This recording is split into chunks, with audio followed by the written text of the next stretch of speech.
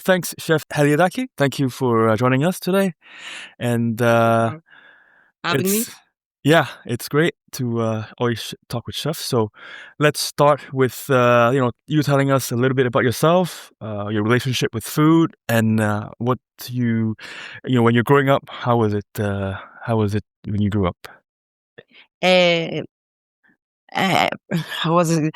First of all, my name is Georgianna Hiliadaki. I'm the chef and co-founder of Funky Gourmet restaurant with 2 Michelin stars in Athens, Greece. And I'm also chef and co-founder of OPSO, Pitaban, and Ino, which are restaurants in London. At the same time, I'm having my own consulting company, and we do consulting all over the world. My relationship with cooking started very early, when I was 6 years old, actually. I remember that I asked my mom to give me like something like $1 to buy a book that was called Little Chefs. And it was like only pictures and how to cook food from around the world. And it was back then that my parents saw that I had this inclination towards cooking, and I loved food. It was very tasty, whatever I made.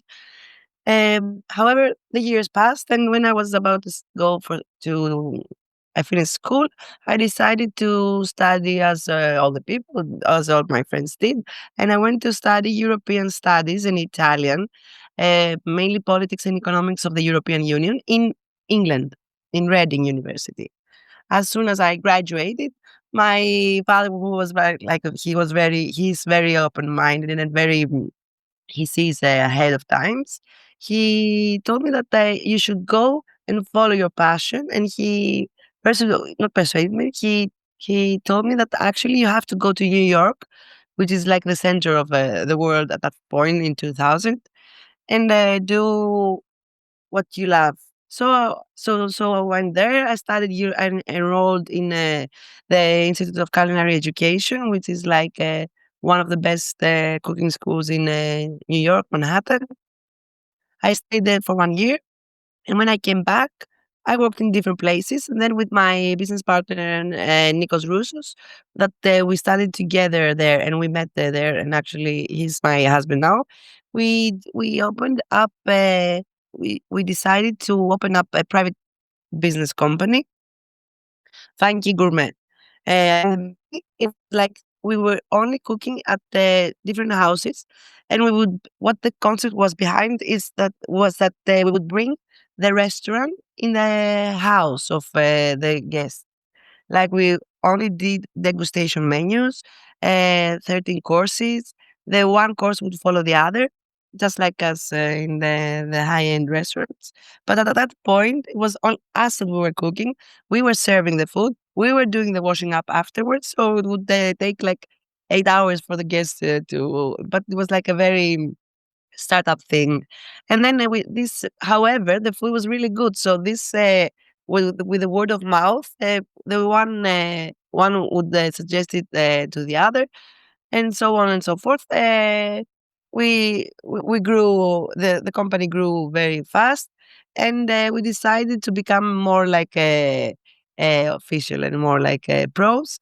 And we opened up. We found a kitchen, a space to host our dreams and our what we were doing, the private chefing thing.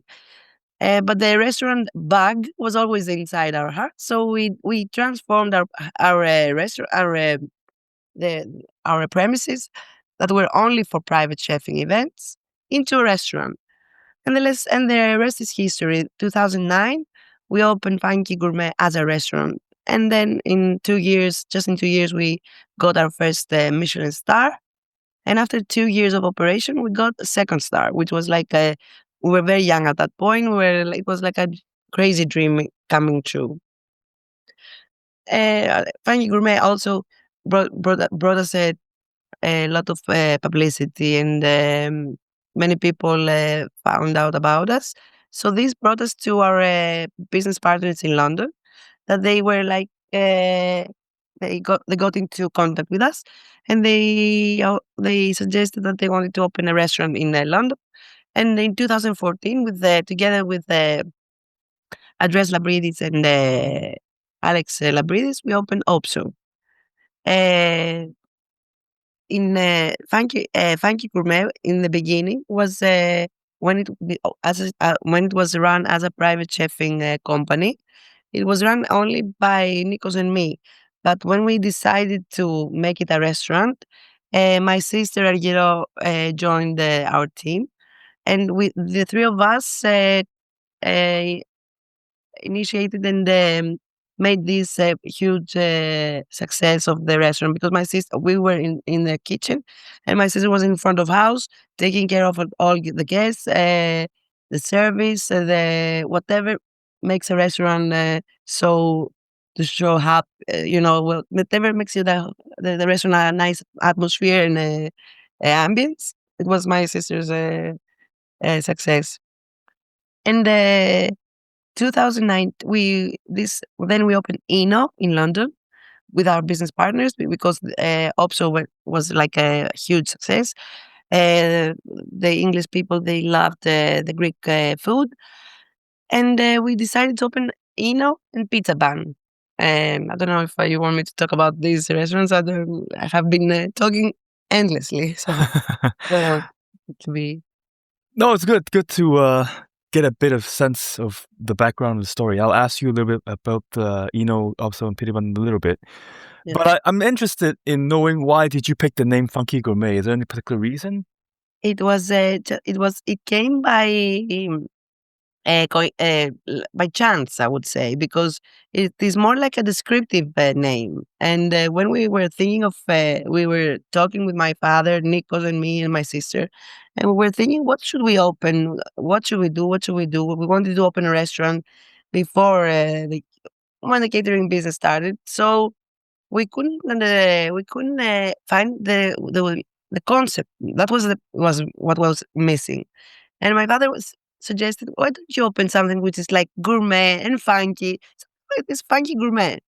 And we say, oh my God, this is a concept that is a name also as well. That like funky means in Greek, it's like very stylish and friendly, and it's opposite to what the Americans maybe. It's not. Doesn't have a bad connotation. So only it means that it is something youthful and happy, and not when you use the word gourmet, many people would say it is uptight. It's like very. You have to pretend that you are someone else. You cannot relax and blah blah blah. While the funky terms means that the high end gastronomy can be given into a nice, funny way, not funny, relaxing way. And that was also our philosophy, that playful food, but it's full of techniques and full of flavors, and may, you may eat something that you cannot use. It. For example, one of our signature dishes was the Funky Gourmet Greek salad. And the Greek salad is, if you have tasted, it's a classic salad with tomatoes, onions, cucumbers, capers. What we did in Funky Gourmet, we would take all these ingredients, and we would present it in the form of a white granita. So it was a play of textures and techniques. People would see white, but they would taste the tomatoes and onions. It was like very playful and clever, and very weird, but at the same time tasteful, because you could taste all the ingredients of the Greek salad in a different way. Mhm. This was one of our signature dishes that we would never ever take off the menu, because people would come and ask for it. And that's it, I think. Nice. So going back a little bit in your career, I know you worked with the great Ferran Adria at LBE. So how was that experience like, and did it change the way you think about food? I was very very lucky to be admitted in as a stagiaire. I was not actually working. I was like doing a stage for a season May to October, because the restaurant back then was working only for 6 months of the summer months, and then the winter months they were doing R&D for the next season, for the upcoming season. So it was like a very difficult and hectic um, environment. But I actually saw cooking very, very differently from that point on. It was like I was in the best, all of a sudden, from being a student and a culinary infant, I was transported into the best kitchen of the world, which was like actually came like a, it didn't look like a kitchen because there were no fires. Everything was like no salt, no, there was, everything was like a way scaled before the concepts were like a very technique wise. The majority of the plates were cold dishes, cold preparations. And Ferran Adria, of course, was is a genius, culinary genius himself. I was so happy to have met him, and he's like a very interesting personality. He would look. He had a table, chef's table in the kitchen, and he would spend a lot of time there. He would gaze at the sky, and he would think of plates, and it was like a very nice personality. Nice. And also, I know you and your business partner. You said that now husband Nikos has spoken at TEDx Athens in 2011. So that's pretty interesting because I think it's something that's TEDx people usually think about. It's kind of technical, like technological involved, so things involving technology. So how did that experience came about, and how did you guys prepare for it? First of all, I had to prepare my anxiety. My it was my I was very young then, and I had to speak. The public speaking thing is very difficult. So all of a sudden, I was in front of 2,000 people, and I had to persuade them, or not to persuade them to talk about myself, which was not very easy. But since I didn't faint on the scene, on the on stage. We were happy that we were, no, I'm joking. We were very happy that we were invited because this TEDx meeting, this TEDx speaking event had as a theme the disruption, the term disruption, which disruption in arts mainly. So many people from all all walk of different artistic environment were invited, like theatrical producers, theater producers, from cinema, the painters, blah blah blah. So we as chefs talked about disruption in cooking and how we disrupt, how we interpret this term into, and how we conceive it into the cooking culinary thing. Okay, so there's a topic that you guys prepared for Yes, and then talked it was about it. the topic was common for all speakers. I So see. each speaker had to translate the term disruption into their own field. Very cool. So speaking of creation and disruption, how do you guys create your dishes? Do you put more emphasis in the technique, or do you think about the flavors, or is it something else that sort of creates the base for There are your many there are many dishes? different ways to create dishes. Um, the starting point each time is very different. Like either we have a big R&D team first of all, so we sit at the table and we say, okay, what is in season right now? So let's see. For example, cauliflowers. Okay, what can we do with cauliflowers? And should we puree them? Should we make a stock out of it? Should we make a juice? Blah blah blah. Or we say, and this is one kind of uh, approach way of approaching and creating dishes. Or for example, we say, let's see, we want to create a dish with based on fish. What fishes now are mainly in season, and we only use generally local products. We love our land. We have many unique, distinct local produce. Our little farms that they have started to do magnificent things with their in their field. So we try and we take inspiration from everything. Sometimes we have an idea of the starting point is to the illusion, for example. Like we have created things like the Greek salad, as I told you, or the soft boiled egg, which was the soft boiled egg into quotes because it wasn't. It had this. Visually, it was like you could see that it was like a soft boiled egg, but actually, the the how do you call uh, around of the egg I guess the the shell or shell. the egg white? Yes, Uh-huh, the shell uh-huh. was edible, was chocolate, and inside was a coconut ice cream with a and the yolk was mango puree. So, and we had this bread which was vanilla cake, and you had to dip it into the egg, the runny yolk, which was like wine, and it was like the perfect illusion.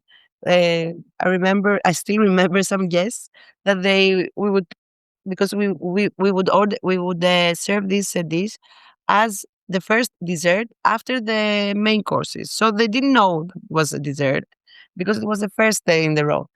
And there was this guest that she said, "No, no, I don't want boiled egg right now. I just want to go on with my desserts." But and the service told her, "No, you have to try. It's not exactly what you see." Blah, blah. And she was like, "No, no way. I don't want to eat it. Take it away from me." So their friends they started eating and they realized that it was a dessert. So said, "Okay, bring it back. Okay, I will try. I will have a dessert." Uh, so is it illusions, seasonality, ingredients, concepts like we have the nostalgia, we have the picnic concept in Funky Gourmet, which was we initiated it back in 2009. It was one of our signature dishes as well, and we would make many delicacies, small delicacies, and we would actually all the when the picnic stage was about to be served, everything from the table would be collected, and the service would lay a picnic tablecloth on the tables. They would arrange the different delicacies, and they would transport you into nice picnic environment where all delicacies were like very exclusive days. Um,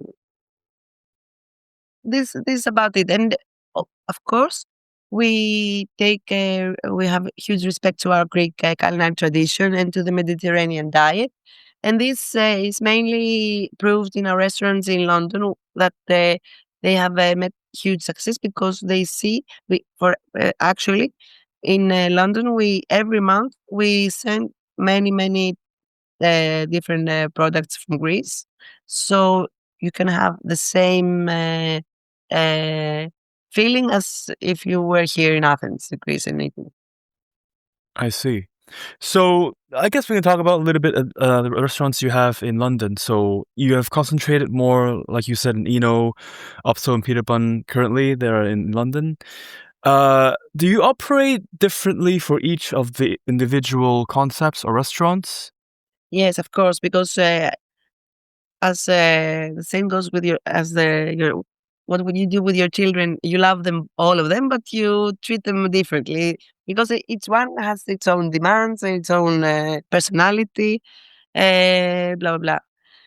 So and of course, they are completely different from they have a common thing that Greece is a common thing. The Greece idea that Greek originated food, but completely different setup and approach. For example, OPSO, it's like a 150 seats restaurant. It's a big restaurant.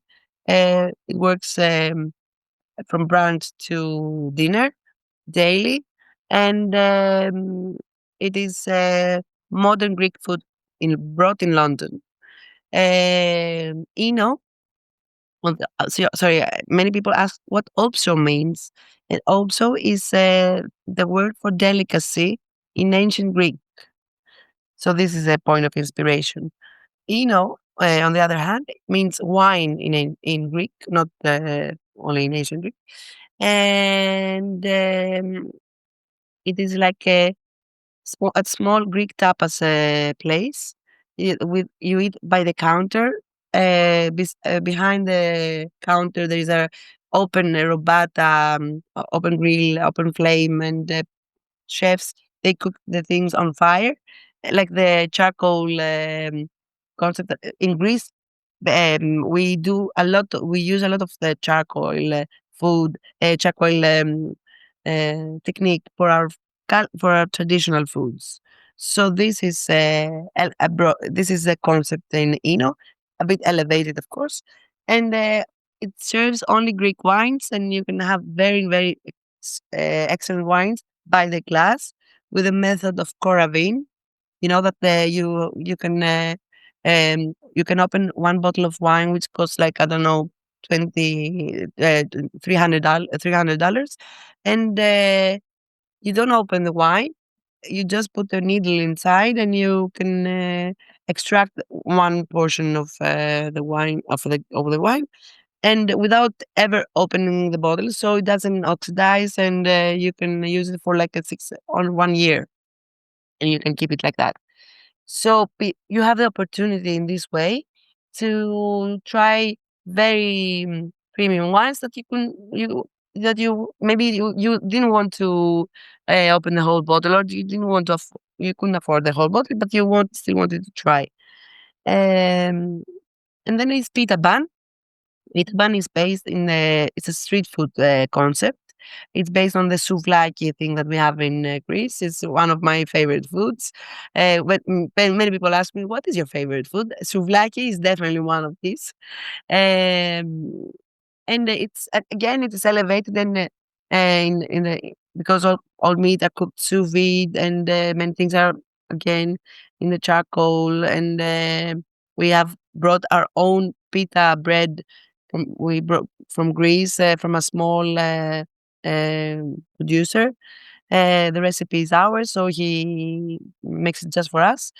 And we have, and it is the street food interpretation of the Greek food.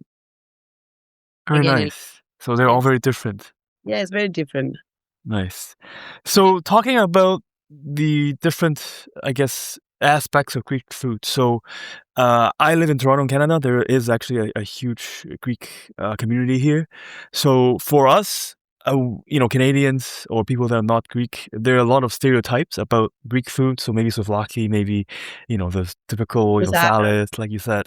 So what do you think about these stereotypes, and also any particular perceptions you think that you want to clear up for other people, for us? No, actually, these are one of the best foods. Actually, that's why they have been. It's like pizza and spaghetti for the Italians, or sushi for the Japanese. It is, I think, the highlights of every cuisine that it can be made from others as well. That are the this is a That's why we say Greek food is souvlaki and moussaka, in the same sense that we say Italian food is only pizza and spaghetti, or I don't know what Spanish food is only tortillas and how do you say the rice? Now I'm stuck. The rice Oh, that we paella. yes, yeah. Uh-huh, uh-huh. Of course, there's much more than that, and it has and people they love Greek and Mediterranean food in general because it is based on a very balanced diet. It is based on good produce. So they have endorsed it, and they have uh, they have they show their love by repeating custom by being repeated. By coming very often to our restaurants in either in London or in Greece. I see. I see. And you said also in another interview that food is related to someone's upbringing and represents a place's culture. You said the Funky Gourmet could be run in any country as long as the raw materials used to prepare the Yes. menu can be imported. Yeah. So, to that, explain a little further. What is Greek food to you? What is its essence, and how do you interpret that tradition in your own way? Greek food to me is it's the land, the sea, the exquisite fish that we have in the Aegean Sea. It's like the same red mullet of the Aegean Sea tastes completely different from the Atlantic or wherever because the Aegean Sea has too much salt and the consistency of the waters. It's very very different. Yeah, and it's so sweet. Let's say all kind of fishes from the Greek fishes are very, very sweet, very unique, and very uh, different from what I have tasted in other countries. Uh, the produce is the sun. We are very lucky to have a land where you see the sun like almost 300 days per year. So it does make a difference in how the tomato tastes, how the cucumber tastes, how the olive oil tastes, etc. And Greece is a lot of pulses. We have loads of because of our olive oil that is so amazing. We have the concept of ladera. That's what ladera means. Uh, Food that they are based on olive oil, like okras. You cook them in olive oil for very long time, like confit. Mhm. And at the end of the day, they become like they melt in your mouth, and you cannot imagine that this kind of the vegetable that many people say I don't eat this can be made so tasteful and so nice. And generally speaking, I think the Greek food is it's very rich in terms of recipes like for example um, we're doing a pop-up in a hotel, which is like in Peloponnese. In the hotel name is Costa Navarino, and because it was in Peloponnese, we decided that the menu would be 100% inspired by the Peloponnese area, which is like one part of southern Greece.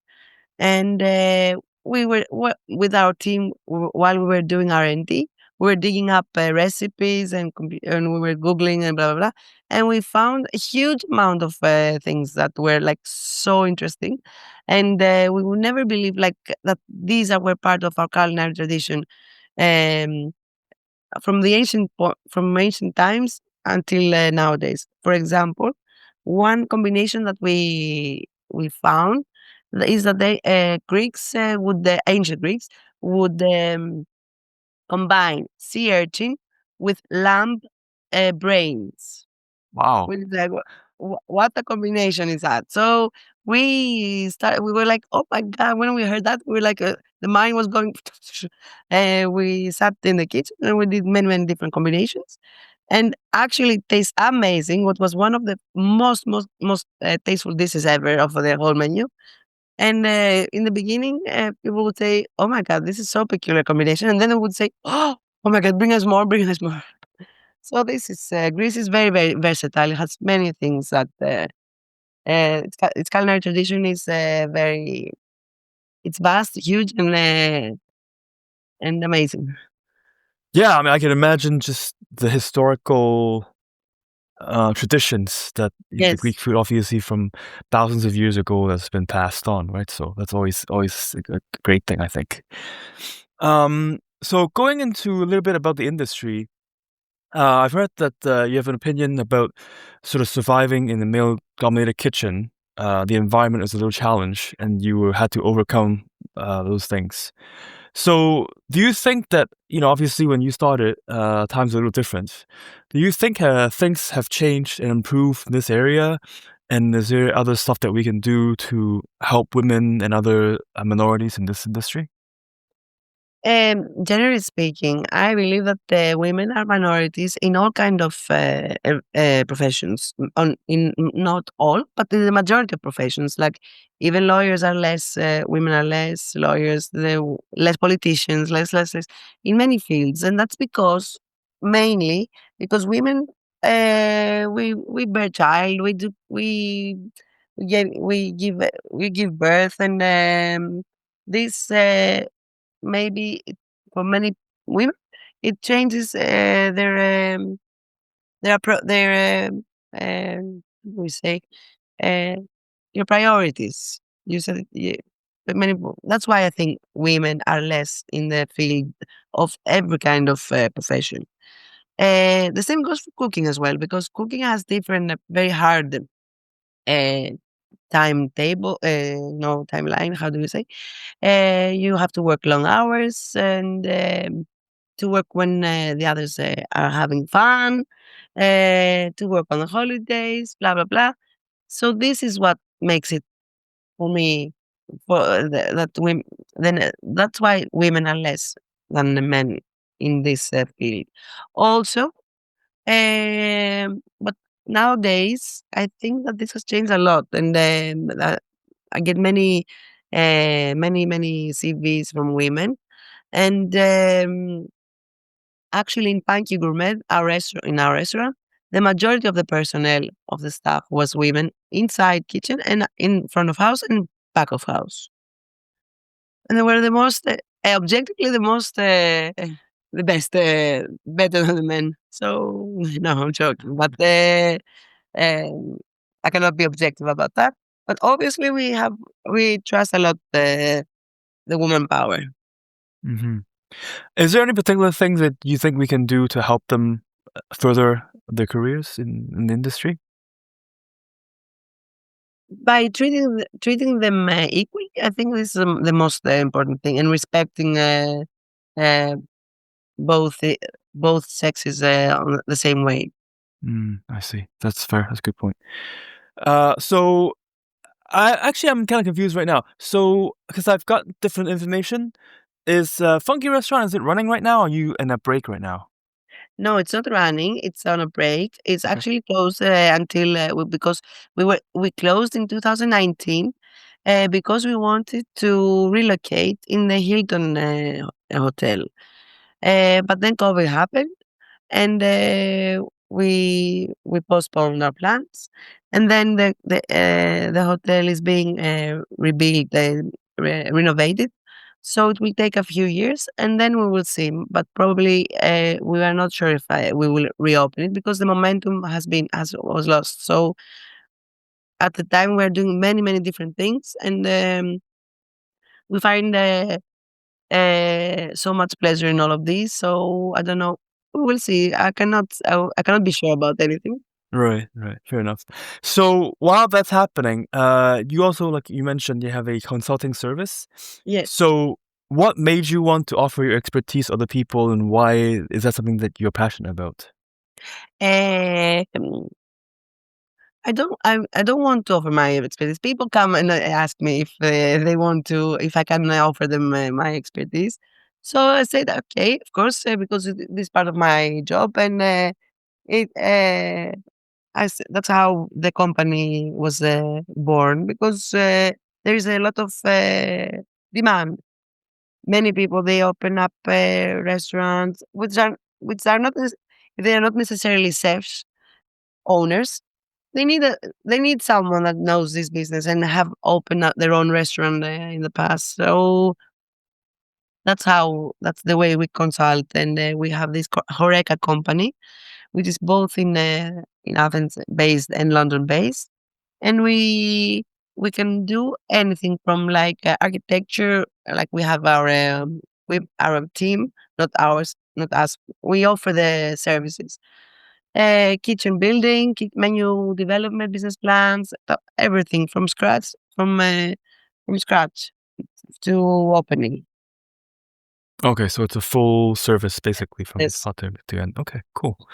Mm. So you mentioned already that obviously souvlaki is one of your favorite things to eat, but I'm wondering outside of that, what's your favorite cuisine and what's dishes that you really like? What are they? Greek, of course. No, Mediterranean food in general, I think it's one of the best, not cuisine, but Mediterranean food is the best. You can find the best produce. So whatever you make in this area, it they taste very differently and very unique. And of course, I like very much Japanese food. I think it's also it has a long tradition. And that's about it. That's my favorites. Now I haven't been to Peru and to Thailand yet, which I love Thailand, Thai food and Thai aromas. I want to travel there just because for food and to the Peruvian also, this new trend that it has all the ceviches. I love the lime cilantro aromas. It's one of my chilies, spices. Uh, this one, these cuisines are definitely my one of my favorite ones. Yeah, for sure. I was lucky enough to go to Peru, Lima, especially a few years Oh, ago, and it's very interesting. Like even just in Lima, there's a lot of like high-end restaurants, but also they have very other things that are very interesting as well. yes, yes, Yeah. So thanks again, Chef Hiliadaki, for being with us. I just have a couple more questions, yes. and so yeah, one of them is while you're having all these things happening, any other exciting plans you're working on for the near future? There are many things that we now I'm on the verge of a new beginning of doing something completely new. So I don't want to reveal anything. And you have to stay tuned on my Instagram page, and you will see everything. Okay, okay, cool. And then the last question: what is one kitchen secret you can share with us? It could be how you cook certain things, how you prep certain ingredients, or anything that comes to mind. Uh, It's not a secret, actually. I think it's the love for food itself and the appreciation that when I see, I don't treat ingredients differently. Like if I have one black truffle or white truffle and I have one piece of potato, for me, they are the same. Like I treat them with the same way, with the same respect, blah, blah, blah. Of course, their price is completely different, but for me, are ingredients that I have to make the most out of it. I always think about the people I cook. So, like, for me, there's nothing better than they ask for the chef to speak to the chef, and I go out and they congratulate me and they say that I cannot believe that we ate so tasteful and so great and blah blah blah because it's at the end of the day it's food and it has to be tasteful. It's my motto generally. So flavor is always Yeah, the flavor most goes important first thing. Hmm. and flavor, fa- top notch ingredients and good technique. That sounds like a good Secret. summary and recipe for making good food, right? So thanks again, Chef Thank Eliadaki, you for very being with much. us. It was very nice meeting you. Thank you, and I hope to see you soon. For sure. Thanks again and have a good day. You too. Bye. Okay, bye. Bye.